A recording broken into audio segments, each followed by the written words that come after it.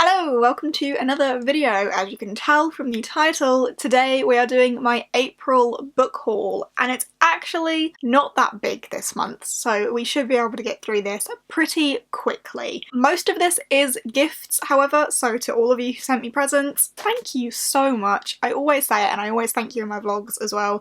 Like, no one has to send me anything, but it just absolutely brightens my day when you do, and I am so grateful and so thankful and appreciate you so much, so thank you. But yeah, we will go through those, and then there's a couple that I bought myself which we will touch on at the end.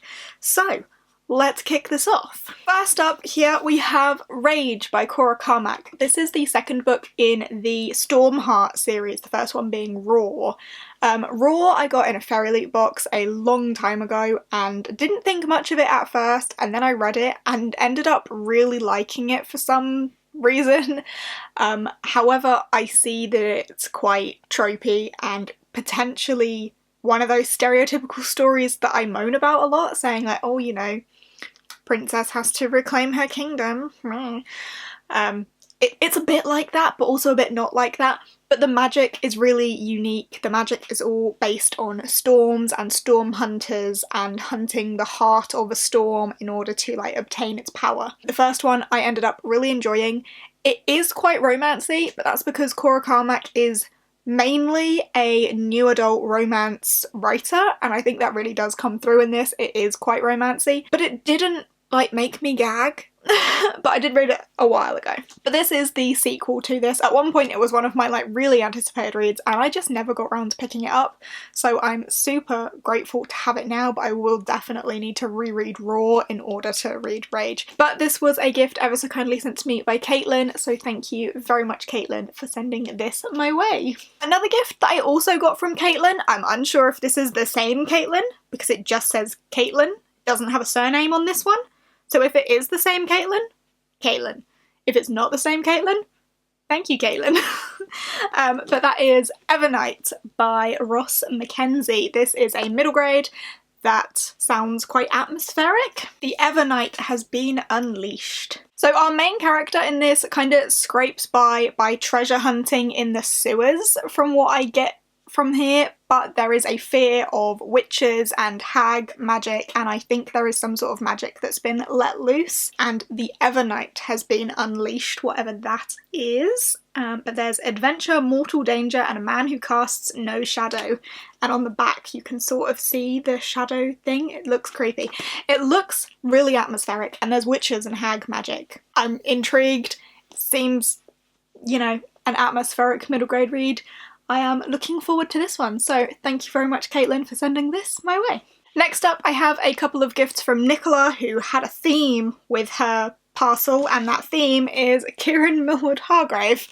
I read my first Kieran Millward Hargrave book early this year, and I always forget what it's called, The Way Past Winter. It's a middle grade polar fantasy-esque story, which I really enjoyed, and when I saw that she had an adult book called The Mercies and it had this beautiful cover, I knew I had to throw it on my wish list because I wanted to get my hands on this.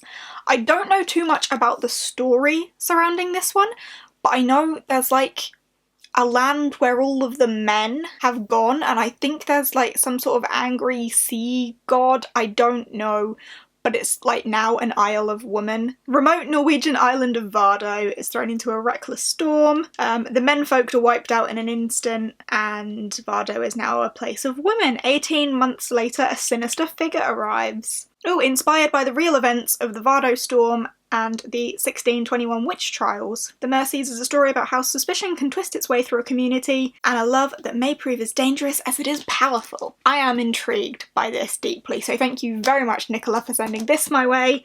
And then also Girl of Ink and Stars, which is one of Kieran Millward Hargrave's earlier middle grades. I don't know when this was released. Oh, it's got a map. Ooh. And I also don't know what this one is about.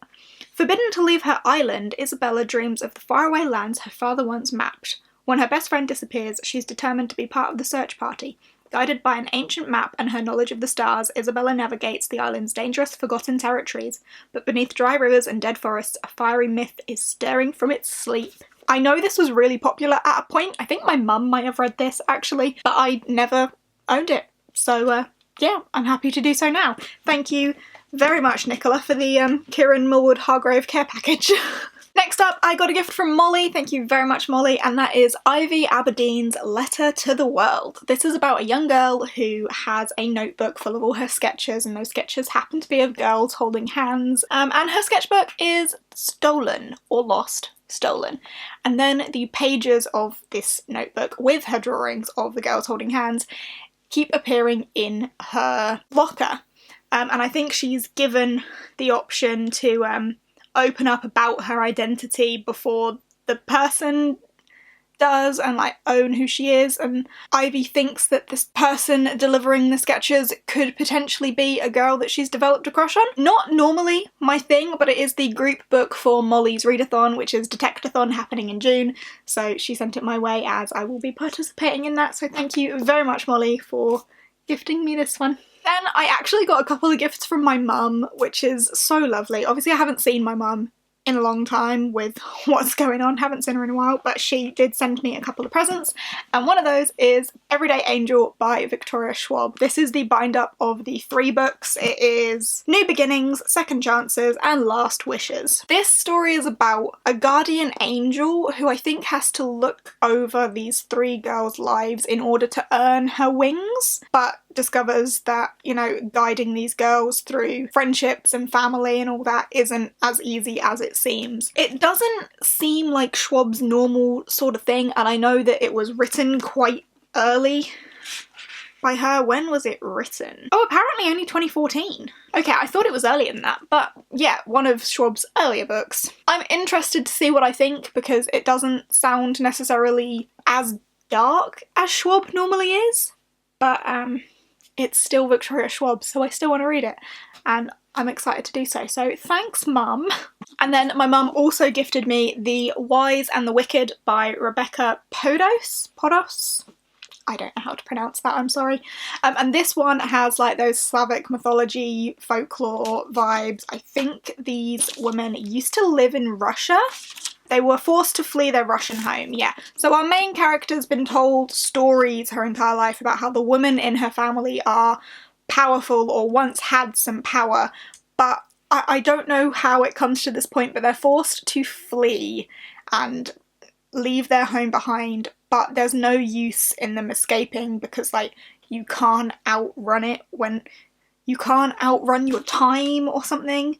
There's no it's a fool's errand because there's no escaping one's time. I think the main character can see, like, when people are gonna die, and that might be what forces them to run. I don't know. Something about foreseeing death and not being able to run from it, and the woman being powerful and then being forced to flee their Russian home sounds like a good story to me. I'm excited about this one, and so is my mum, because her note with this actually said that she wants to borrow it when she can as well, so we're both looking forward to this one. And then I picked up a couple of books for myself, first of those being Royal Assassin by Robin Hobb. This is the second book in the Farseer trilogy, the first trilogy of the Elderling Realm books. There's like tons of them, but yeah, this is the second one, which comes after Assassin's Apprentice, which I read last month and really enjoyed, and I'm eager to get to the second one. So the story follows a young boy called Fitz, who is the bastard son of the prince, but one day his maternal grandfather decides that he's had enough of Fitz and he's going to drop him off at the palace for him to be his father's problem. However, his father doesn't quite want that problem, abdicates the throne, runs away to the country, leaving Fitz in the care of the stable hand. Fitz grows up there in a very unique political position because he is the son of royalty, but is also a bastard son of royalty, so he's kind of a bit in the middle, and the king utilises that and trains him up to be an assassin. This is the second book in that story. I am really excited to read this. The first one got a pretty high 4-star from me, so I do anticipate this one potentially being a 5-star read for me. It's chunky, there's room for a lot to happen, so I'm very excited about this one. And then last but not least, we have Murder Most Unladylike by Robin Stevens. This is a middle grade murder mystery story. I don't know too much about it at all. It's got beautiful blue sprayed edges, but it is going to be our June middle grade monthly pick. We did a poll whether you wanted a mystery or adventure, and mystery won. So what's more mysterious than a murder mystery? I think there are like a couple of girls. It gives off boarding school vibes. I really don't know. It is a boarding school. Daisy Wells and Hazel Wong set up a secret detective agency at Deep Dean School for Girls. They struggle to find any real crimes to investigate, unless you count the case of Lavinia's missing tie, which they don't. Then Hazel discovers the body of Miss Bell. And when she and Daisy return 5 minutes later, the body's disappeared. Not only do they have a murder to solve, they must prove one happened in the first place. Interesting, I had not actually read the blurb until that moment. The series is quite popular as a middle grade mystery one, so I am excited to dive into it. And there we have it. There is my April haul. I said it wasn't a big one and that we could get through that fairly quickly, and I think we did. I'll call that a success. If you have read any of these, let me know what you think. Let me know if you think I'll enjoy it, but of course don't spoil anything because I haven't read any of them myself. But I am excited. This is a decent little stack here, isn't it? Ah, lovely. It's actually not that heavy for once as well. But yeah, as I say, if you have any thoughts on these and you think I will love them particularly, let me know which ones I should get to first. But as for now, that's everything I have to say. So, thank you very much for watching. If you have enjoyed, give us a thumbs up, chat to me down below, and I will see you in the next one. Bye!